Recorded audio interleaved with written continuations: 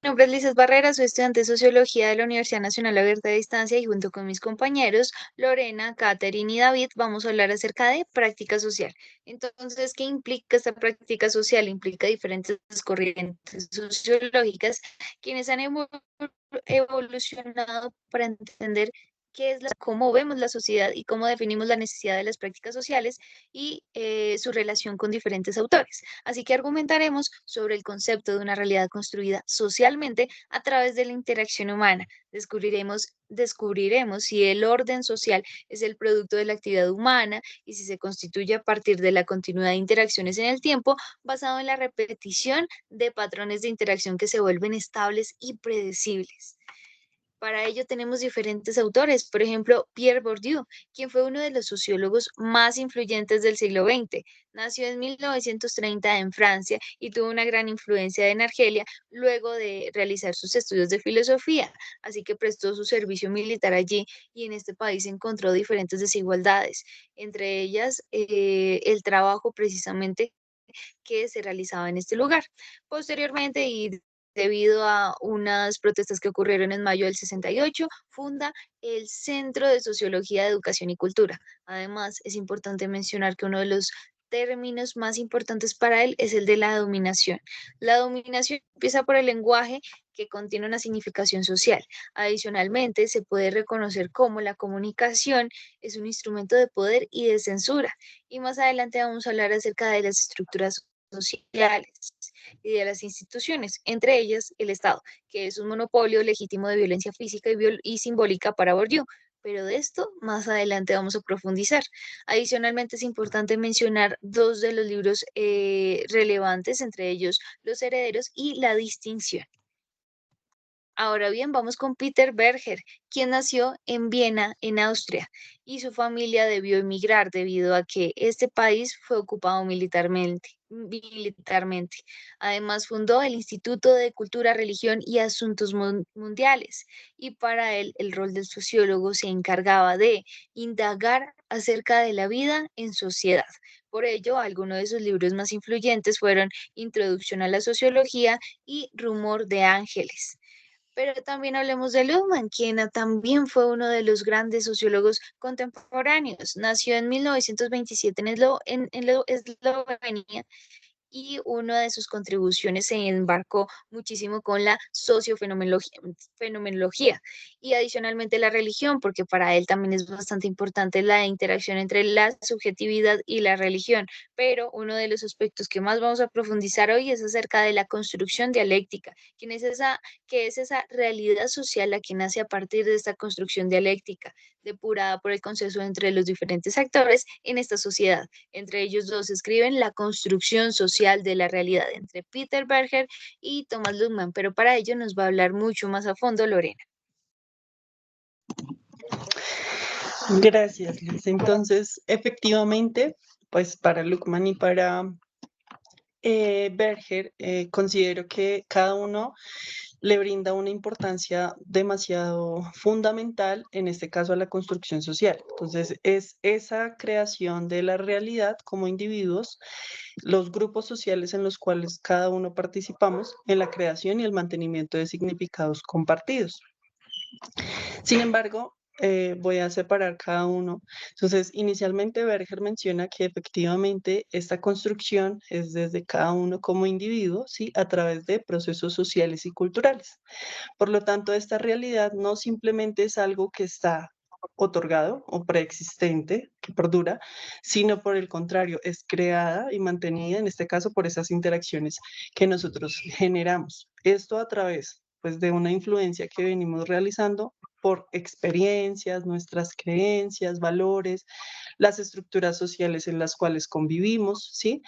Y simplemente pues él se enfoca también en la objetividad y en la subjetividad. Entonces, él refiere que la objetividad son aspectos de esa realidad social, ¿verdad?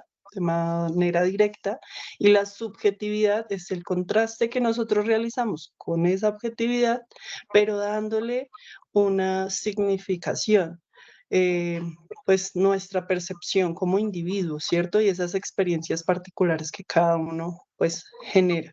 Asimismo, Luckmann. Entonces enfatiza que la realidad es construida, ¿sí?, por los individuos, sin embargo, en su cotidianidad, en esa interacción social que cada uno generamos. Entonces no es simplemente un producto de nuestra mente puntual e individual o de una realidad objetiva externa, no. En este caso, él menciona que pues realmente es a través, nuevamente, de esas interacciones, de las interpretaciones que cada uno de nosotros generamos, pero de manera compartida, ¿sí? Dentro de un contexto tanto cultural, social. Entonces, esa objetivación que él también menciona, pues se refiere pues a los procesos de nuestra creación humana, ¿sí? Nuestros roles, nuestras normas, y ahí viene la institución, las instituciones sociales. ¿Cuál es esa importancia que le damos a las instituciones sociales? Entonces, Berger y Luckmann le brindan una importancia fundamental, ¿sí? ¿Por qué? Porque es eso que nos mantiene en una realidad contenida, por decirlo de esa forma, ¿sí? Una realidad eh, adecuada para nuestra sociedad. Hablamos de principalmente, pues en este caso, las relaciones políticas o la familia, ¿sí?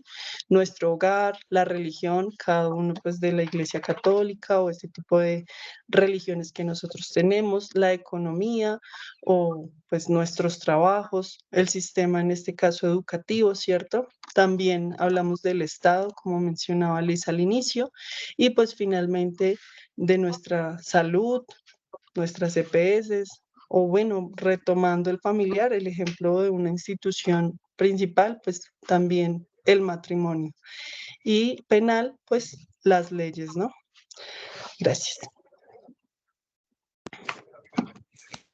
Ahora vamos a hablar un poco más con la lupa acerca de esta objetivación y tipificaciones que nos mencionó Lorena. Entonces, dentro de la socialización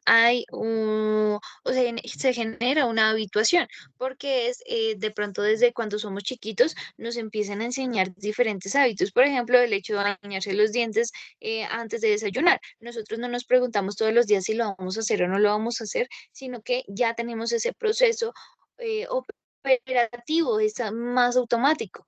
Así que estas acciones habituadas se pueden volver tipificaciones. Estas tipificaciones que son, pues son esas etiquetas o incorporadas a nuestra vida cotidiana. Por ejemplo, un chico va entrando a su salón de clases en el colegio y él ya sabe que tiene que sentarse en una silla y que tiene que esperar a un profesor, quien es el que le va a otorgar como ciertas normas o ciertas cosas que él debe hacer en el salón. Entonces, sabe que el profesor es la autoridad. Así que ahí hay una tipificación recíproca. Dentro de todo esto se encuentra la institucionalización, que como bien también lo mencionó Lorena, en este caso se puede dar en el colegio. Entonces, la institución eh, eh, menciona que hay que hacerle caso al profesor, hay que ir en uniforme y demás. Entonces, simplemente es la justificación está. Entonces, el por qué tienen que irse en uniforme los estudiantes de colegio, porque así es mucho más clave identificarlos, por decirlo de alguna forma. Entonces, nosotros cuando estábamos en el colegio no nos preguntábamos por qué hay que ponernos uniforme, por qué no, sino que simplemente ya lo internalizábamos. Así que este proceso de internalización es donde ahí aparece ya de ya vienen arrancados o vienen enmarcados en nuestra vida cotidiana. Por lo tanto, debemos en este caso, digamos que, ir siempre en uniforme. Pero también ocurre una reedificación en algunos casos, no siempre, pero esta reedificación es interesante porque es allí donde nosotros cuestionamos la realidad, esta realidad cotidiana, porque tenemos que usar un uniforme, porque tenemos que irnos de cierta forma, porque esto y porque lo otro. Entonces, allí también vemos identificado, por ejemplo, que antes los baños eran mujer, hombre, todavía lo sigue siendo, pero en diferentes lugares ahora están poniendo baño mixto. Entonces, vemos cómo ciertos patrones pueden ir cambiando en la sociedad. Ahora vamos a hablar un poco más acerca del concepto de hábitos y para ello David nos va a dar esa explicación.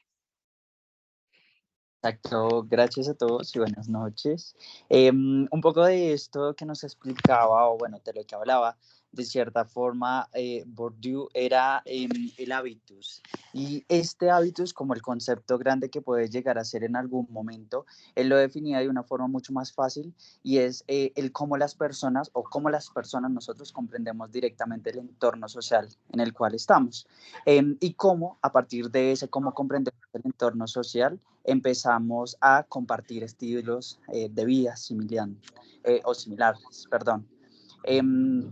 De cierta forma, el hábitus, perdón, también se convirtió en un concepto y una forma de trabajo que generaba directamente Pierre Bourdieu, y en este caso él lo sintetizaba en el hecho de que se generaba también un esquema de acción en el cual todos de cierta forma, como lo decían en algún momento compañera, lo interiorizábamos y ya lo teníamos como preestablecido, por decirlo de alguna forma. Entonces, eh, encontrábamos que estaban las estructuras internalizadas, perdón, que es todo aquello lo que ya está dentro de nosotros, es todo aquello lo que vemos, lo que sabemos que está el inconsciente o el automático, que es todo lo que nuestro cuerpo, nuestra vida hace automáticamente, valga la redundancia. Están los contextos sociales, que es todo aquello que de cierta forma nos obliga a hacer o a ser de cierta forma cuando estamos en X o Y lugar. Y está la producción de prácticas, que es como esa reproducción también que la generaba él, o que, bueno, que la nombraba en algún momento, y es que todos generamos hacer, o todos llegamos, o pues todos nos vamos por la misma línea para llegar a los mismos lugares. Es así como el hábitus también se convierte en un esquema de acción, son las herramientas, los conceptos que de cierta forma comprendemos, que nos estructuran socialmente y que nos influyen a llevar una vida diaria, de comillas, cotidiana, como en este caso pretendemos que la llevamos. Como una metodología de acción, está también dirigida o está bien asimilada por las diferencias. Entonces, dentro de estas diferencias que en algún momento nos mencionaba él, indicaban las diferencias de origen o de autoridad, que de cierta forma nos asemejan un poco a las raíces de las cuales venimos, o bueno, las raíces en las que hemos estado, de las que nos comprenden, que de cierta forma nos obligan o nos hacen chocar un poco con el concepto del hábitus, como directamente lo manejaba. Está el nivel de conciencia, y en este caso él indicaba que una persona con una conciencia completamente consciente, valga la redundancia, podía hacerle como una especie de juego a este hábitus y podía salirse de la margen o podía salirse de los, no sé, de los parámetros que de cierta forma en este caso generamos. Y este concepto de nivel de conciencia es uno que en este momento lo estamos viendo como muy ligados, porque generalmente vemos que no sé, las personas o los jóvenes, los que están mucho, mucho más jóvenes, intentan no seguir como los paradigmas o no, intentan no seguir los conceptos que directamente todos de alguna forma estamos encarrilados. De cierta forma, también él no solo hablaba del hábitos, sino como también decía o comentaba nuestra compañera Lisette, él generaba también una especie de hábitos y tipificación. Entonces, el conjunto de estas dos herramientas o de estas dos creaciones de la sociedad que nos limitaban. Y él mencionaba que directamente el hábitus no se podía generar sin una tipificación. Como decía Lisette, directamente las tipificaciones son todas esas cosas que ya llevamos o que ya sabemos que tenemos que hacer, que directamente no nos deben decir, pero que predeterminadas o que de cierta forma ya nacemos con ese chip. Y es ahí donde Pierre ingresaba mucho o tocaba mucho en este sentido o en este darle al sentido un mundo, porque de cierta forma esto es lo que nos permite las tipificaciones, como ser eso que de cierta forma reconocemos como patrones sociales. Gracias. Listo, muchas gracias, David. En ese caso también vamos a hablar un poco acerca del campo, que es el espacio social, donde nosotros como agentes también estamos dentro de un juego prácticamente, y allí se dan diferentes capitales, ¿no? Entonces, entre ellos vemos el capital económico, el capital social y cultural, que no es un capital como el que nos viene mencionando Marx, sino que este capital se da de una forma distinta, puesto que el capital económico representa más bien los ingresos económicos que recibe cada persona y el capital social puede ser una posición social que ha alcanzado según su experiencia personal. Pero para entenderlo mucho mejor, tenemos la reflexión de Catherine, quien nos va a explicar un poco también cómo ha encontrado estos términos dentro de su experiencia personal. Gracias, Lisette. Entonces, hablamos de que Bourdieu habla de que esas acciones y esas prácticas sociales son la relación del hábitos y el capital dentro de un campo, ¿cierto? Aquí, en mi lugar en la sociedad y la interacción con otros, hemos elegí dos imágenes, el colegio público y algunas actividades con mis dos hijos, que son las nuevas generaciones. Encuentro a Bourdieu en todas aquellas formas estratificadas en las que he tenido que estudiar, colegios públicos en barrios de gente que ha migrado a la ciudad, una forma de vestirme, en mi caso la tradición que se hereda la ropa del hermano mayor al hermano menor y que la he visto en varias familias con las que he interactuado. Incluso el hablar, que son parte de mis hábitos. De la misma manera me encuentro con Berger y Luckmann desde el significado que forma al lenguaje a partir de los códigos y los signos y de la fuerza que doy al discurso y que el discurso me ha dado a través del tiempo en la construcción de mi realidad, en la forma como la comunicación y la interacción con otros a través del lenguaje ha sido determinante en el momento de entregar estructuras sociales a las nuevas generaciones, a mis hijos, para la construcción de su propia realidad y por supuesto en las nuevas interacciones que hago y los nuevos significados que le doy a las experiencias, sabiendo y reconociendo que la realidad no es estática. Y ahí pues me encuentro con lo que han dicho mis compañeras en las instituciones, ¿cierto? Esas instituciones familiares que tienen tanto arraigo en nuestra realidad social y que vamos pasando de generación en generación. Y la resignificación que vemos ahora en el lenguaje, en la forma de tener más abierto entre los géneros. Bueno, y seguimos con la otra reflexión en la que hablamos de las jerarquías, la influencia social, la influencia por las estructuras sociales y las jerarquías propuestas por Bourdieu. Un ejemplo claro de cómo las jerarquías son estructuras que perpetúan las desigualdades es una incursión que tuve en un trabajo de gobierno al que ingresaba con una recomendación. La mía la hizo un tío que había trabajado siempre, su puesto se lo había ganado con esfuerzo y dedicación, pero compartía escenario con personas para las que las recomendaciones o palancas son la única forma de ganarse los puestos. Esto, sin embargo, me permitió estar en el mismo espacio con varias desventajas, ya que mi tío no era político, aunque mis labores eran las mismas, no ganaba lo mismo que mis compañeros y en cambio mi puesto temblaba cada vez que había cambio de administración. De la misma manera debía esforzarme muchísimo más. En este caso, se evidencian las jerarquías desde la propuesta teórica de Bourdieu, la diferencia económica social en términos de contactos e interacción social y la diferencia de capital cultural en términos de educación, ya que ellos hacían parte o eran egresados de universidades que son de un grupo élite dentro de la ciudad, ¿cierto? Entonces ahí vemos reflejado ese campo laboral donde hay una competencia y donde se ven claramente esas diferencias sociales y esos capitales que se perpetúan o que perpetúan las desigualdades y las diferencias entre unos y otros. Hasta ahí lo dejo por ahora. Gracias. Muchas gracias, Catherine. Eso es súper importante. También quisiera que nosotros desde diferentes perspectivas pudiéramos incluir otra reflexión respecto a cómo vemos esos conceptos en nuestra experiencia personal. Entonces, no sé si Lorena y David puedan mencionar algunos aspectos personales que nos puedan abarcar ese tipo de conceptos. Sí, quiero mencionar en este caso, o iniciar yo, de efectivamente todo este Sí, sí, claro. proceso de la construcción social, ¿cierto? De las instituciones, de nuestra formación social, viene pues intrínseca desde nuestra niñez, ¿no? Y todas estas instituciones sociales proporcionan, pues, como hablábamos, un marco cultural, ¿sí? Unas estructuras que nos permiten como convivir en sociedad. Pero realmente yo quiero abordar a Bourdieu y es, él reconoce la importancia, él también ve esa importancia en esas instituciones, pero pues me enfoco en que él menciona la relación de poder y las estructuras, lo que mencionaba en este caso Kate, ¿no?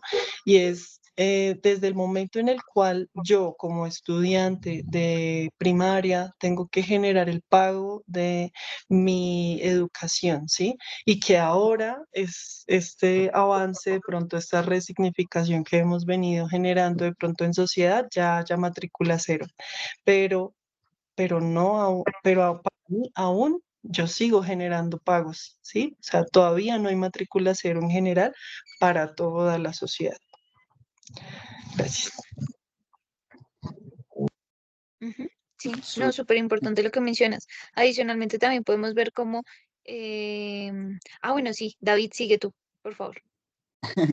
Exacto. Yo también en este caso quisiera abordar un poco más con Bourdieu y en este caso con una frase que la voy a leer textualmente para poder contextualizar un poco. Y él dice que la desigualdad social no es simplemente el resultado de diferentes individuos, sino de estructuras sociales que perpetúan injusticias y privilegios. Y lo pongo un poquito más asociado al contexto en el que vivo. Yo vivo en Soacha, Cundinamarca, que es una zona que es supremamente, no sé, como marginada o está muy estereotipada por bueno, el resto de lo que nos colinda o lo que nos rodea, que en este caso es Bogotá, ¿ya? Y es como de cierta forma, en esta frase, pues, si le pudiéramos cambiar algunas palabras, sería como esos conceptos, y en este caso, claro, diciéndolo desde el lugar donde vivo, pero puede cambiarse a cualquier otra localidad de Bogotá o directamente a cualquier otra ciudad, y es como no somos el resultado o bueno, la desigualdad que vivimos en nuestra sociedad, en nuestra zona, no es simplemente el resultado de diferentes individuos, sino es esas estructuras sociales que nos perpetúan, que generan que dentro de nuestros entornos hayan injusticias y hayan privilegios para algunos, y es eso directamente desde el enfoque que he dado, yo creo que un poco a mi carrera, es donde quisiera entrar a, no sé, como generar un chip y generar un cambio en eso. Entonces, siento que de cierta forma Bourdieu encontró eso en que las entidades o directamente no siempre es la culpa de la sociedad, sino que también hay algo más arriba de nosotros que de cierta forma nos hace mella.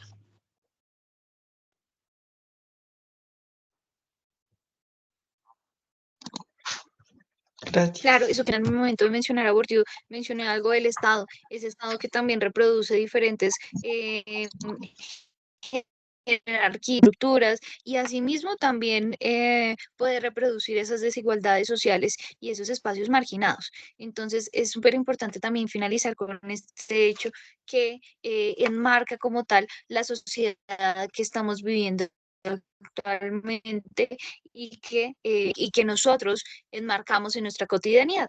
Entonces, para finalizar, solamente una cosita adicional del capital social, y es el hecho también de las construcciones dialécticas, en el hecho de que si yo nací en un barrio de pronto más humilde, me dirijo al tendero con la especie de ves y me regala tal cosa. En cambio, en los barrios que tienen un poco más de recursos, pues ellos no se van a dirigir así a un tendero porque ellos ni siquiera tienen tiendas cerquitas, sino que también tienen como supermercados mucho más grandes como Carulla, Éxito y demás.